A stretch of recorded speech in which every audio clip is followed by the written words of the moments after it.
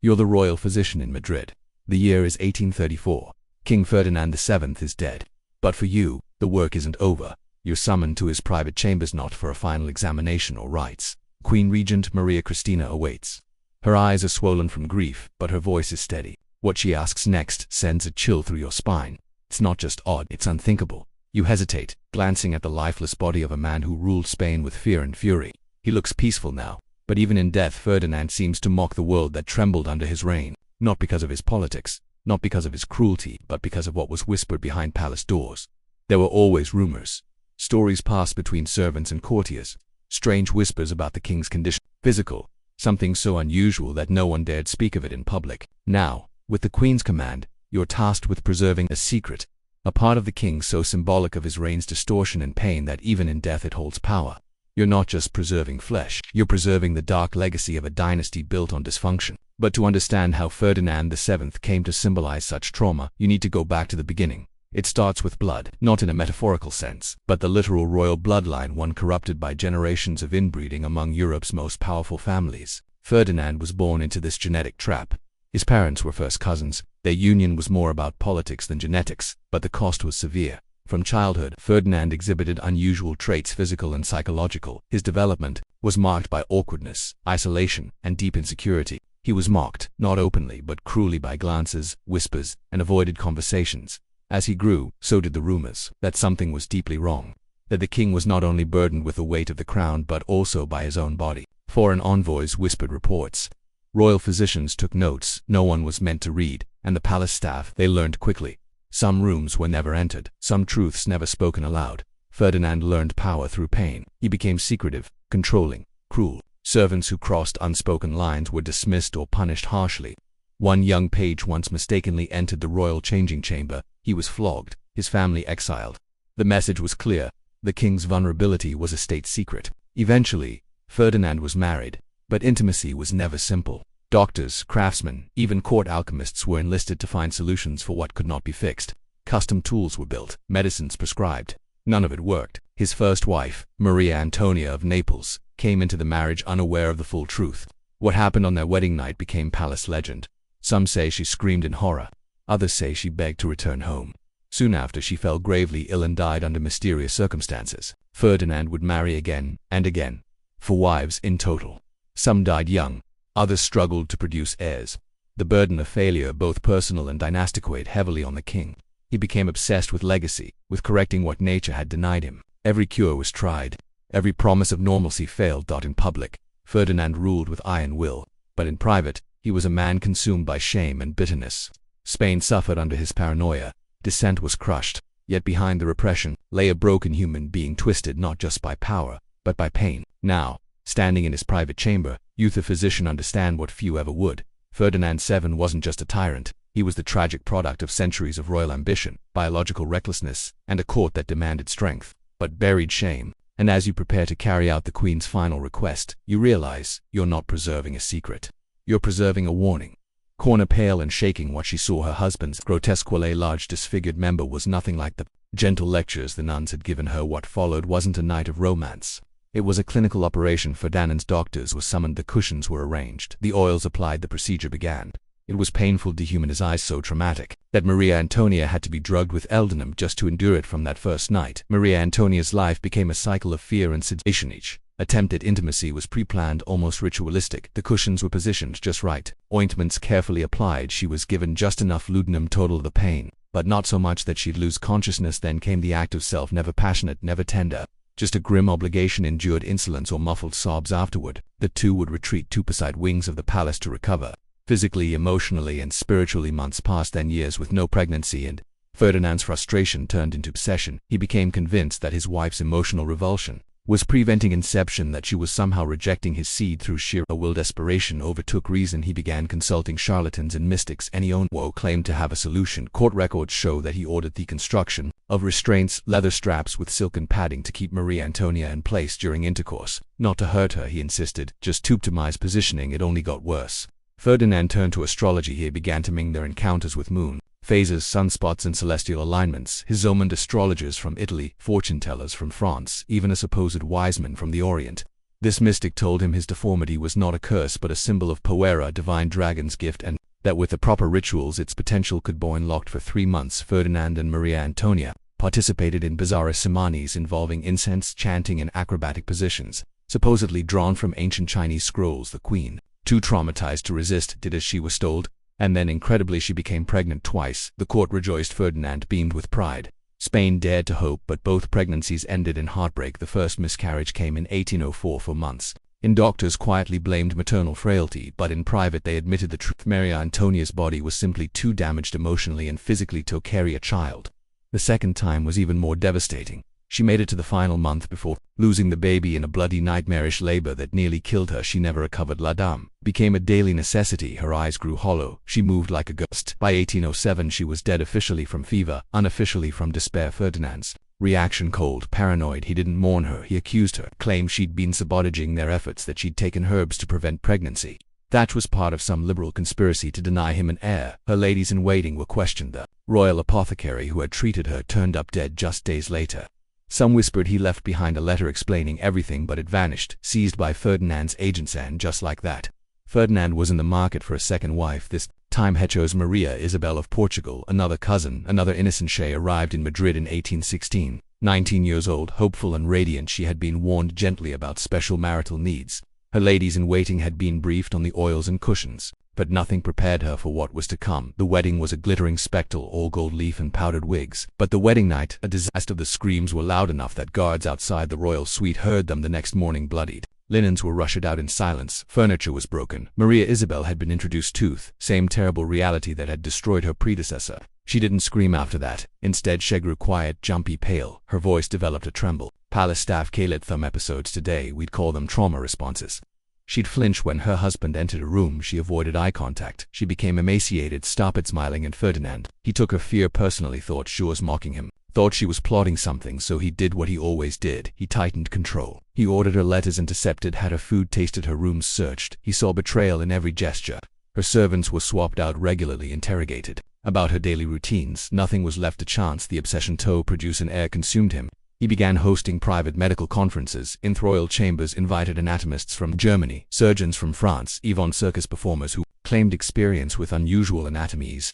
They came, they examined, they theorized. The palace bedchamber became a medical amphitheater. And Maria Isabel, she was reduced to a patient in her own marriage. A court physician's diary describes one such session: Ferdinand, naked, positioned on a velvet platform, surrounded by men in powdered wigs, taking measurements, strong sketches, offering suggestions for new devices and procedures. So, while Maria Isabel, drugged and pale, waited behind a screen, some of these illustrations, done in pen and ink, ended up circulating in underground medical journals. European scholars debated whether Ferdinand's condition was due to gigantomastia of the genitalia, a form of localized hormonal excess, or some unknown congenital deformity. One French doctor simply called it the monstrous manhood of Spain. Back in Madrid, Maria Isabel deteriorated. She stopped eating altogether, slept little. She spoke of a shadow in the room that watched her constantly. Palace whispers suggested that the queen had become haunted, whether by ghosts or Maries, no one knew. In 1818 she died, officially from nervous exhaustion. Unofficially she gave up. Some claimed it was self-inflicted, others believed her body simply couldn't take it anymore. Either way, she joined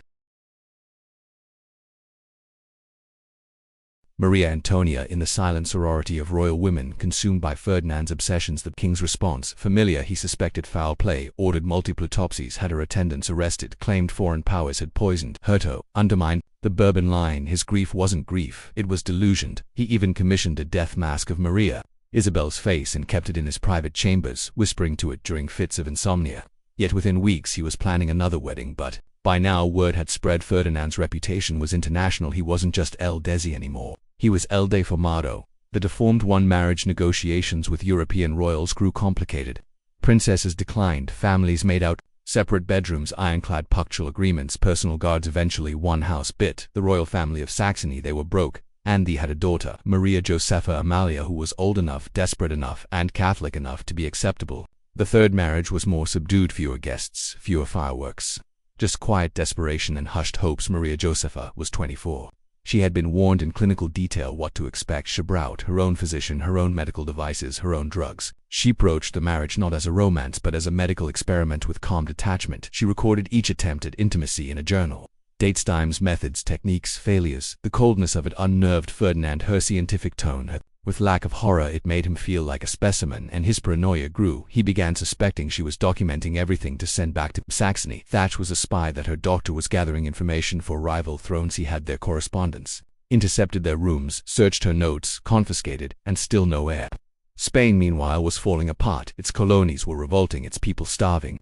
But Ferdinand's focus remained in his anatomy, his bedroom, and his phantom hopes of success. Then in 1829 the unthinkable happened. Maria Joseph became pregnant. It was a miracle, or so it seemed. After decades of trauma, failed marriages, and royal desperation, Spain held its breath. Could it really be? Could the monstrous king with a cursed body finally produce a living heir? Ferdinand was ecstatic, or rather manic. He hired elite guards to watch over Maria Josepha around the clock. Her food was blessed, and double-tested her chambers were swept for toxins. He brought in doctors from across Europe, priests, blessed the unborn child in Udo. He even consulted mystics, just in case divine intervention had played a role. There would be no mistakes this time, but the pregnancy didn't go as planned. At 7 months, complications began. Modern medicine would likely identify it as placental abruption, but back then, in a palace ruled by superstition and paranoia, no one knew what to do. And Ferdinand, always suspicious of trained physicians, refused to follow conventional treatments. He insisted on consulting alchemists, astrologers, and self-proclaimed miracle workers. The queen's condition deteriorated. On May 18, 1829, Maria Josepha went into premature labor. It was catastrophic. Ferdinand, for reasons no one dared question, insisted on being present, near the bed, barking orders, accusing doctors of sabotage, even as the queen screamed in agony. The baby, a daughter, was born alive. Butanly survived a few hours. Maria Josepha clung to life for 3 more weeks before succumbing to infection and blood loss. The doctors called it childbed fever. The court called it heartbreak. Ferdinand called it murder. He refused to bury the bodies. For days he demanded that doctors keep trying to revive them. They used heat stimulants, prayers. Nothing worked. The bodies began to decay. The palace stank. Only when rigor mortis made their condition undeniable did the king permit a funeral. But even in death he didn't let go. He had death masks made of both mother and daughter and placed them beside the previous masks of Maria Antonia and Maria Isabel. His private chambers had become a gallery of grief, a museum of failure. And yet he still wasn't done. Later that same year, his ministers quietly arranged a 4th marriage. Spain was crumbling. It needed stability. Ferdinand needed an heir. The candidate, Maria Cristina of Naples, a distant cousin, and more importantly, already pregnant with someone else's child.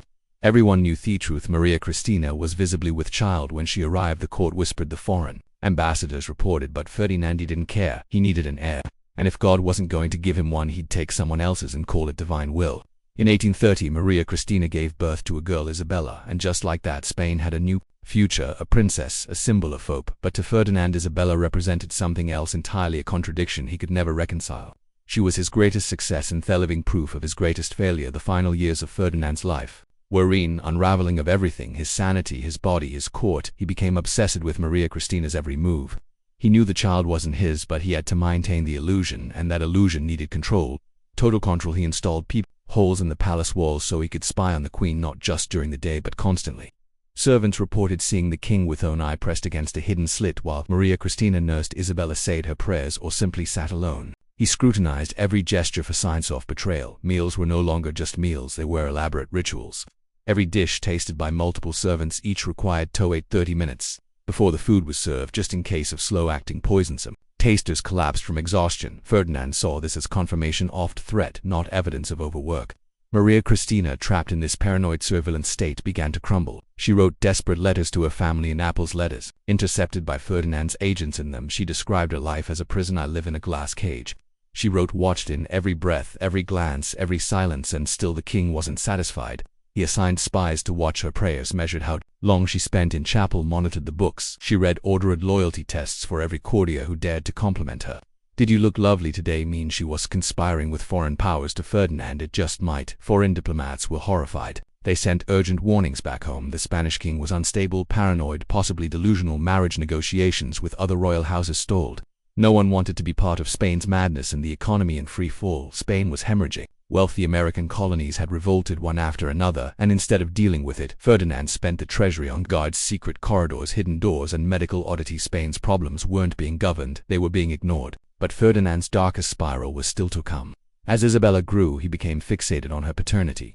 He'd stare at her for hours, comparing her features to portraits of himself, Maria Cristina, and a very male relative of hers from Naples. He even hired Artists who render composite sketches of possible fathers then held them side by side with baby Isabella's face. He hired genealogists, physicist anatomist Sanian, who might prove the girl was his. The reports were always the same, vague and full of euphemisms. No one dared tell the king the obvious. He clung to his fantasy, but it haunted him. Late at night he'd hold Isabella and cry or rage or whisper to her in broken prayers, asking for forgiveness. He saw her bow tie as a savior and a curse, a reminder that he was both king and fraud. As his health declined, so did the palace. Servants rotated daily. Ministers were interrogated for loyalty infractions. Courtiers stopped speaking openly, even in private. Everyone suspected everyone else. Ferdinand's madness infected the very air of the royal court. In 1832 it reached a new low. He became convinced that for Maria Cristina was trying to poison him through touch. He ordered per intimacy medical inspections.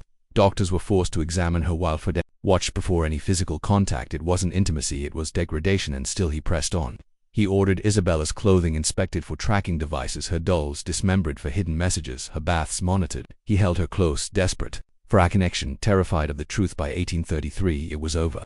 Ferdinand stopped eating. He barely spoke. His speeches became garbled strings of accusations and historical delusions. His booty shook, his skin grew gray. His mind, once dangerous, was now lost. September 29, 1833, Ferdinand III died. The official cause: gout. The real cause: a lifetime of unrelenting paranoia, sexual trauma, psychological torment, and physiological suffering that not even royal privilege could shield him from. In secret, his physicians performed one final task. They preserved his most infamous feature, the monstrous member, the deformity that had shaped a king and scarred a nation. It measured over 14 in with a girth that varied wildly from tiptoe base and signs of internal scarring, botched selfies, failed interventions. It was sealed, hidden, locked away in the Vatican archives, too dangerous, too grotesque to real. Ferdinand II is remembered as one of the most destructive monarchs in European history, but not for wars, not reforms, for something far more tragic. He was a king who couldn't rule his own body and let that failure define his kingdom. Spain paid the price. His wives paid the price. His subjects, his daughter, his legacy, they all bore the weight of one man's disfigurement and the delusions it bred. And in a dark locked chamber somewhere in Vatican City, preserved in wax insolence, lies the most grotesque symbol of all: the king's final deformedment to himself, a cautionary tale not just about power but about what it happens when pain, shame, and obsession are given a crown. Thanks for watching.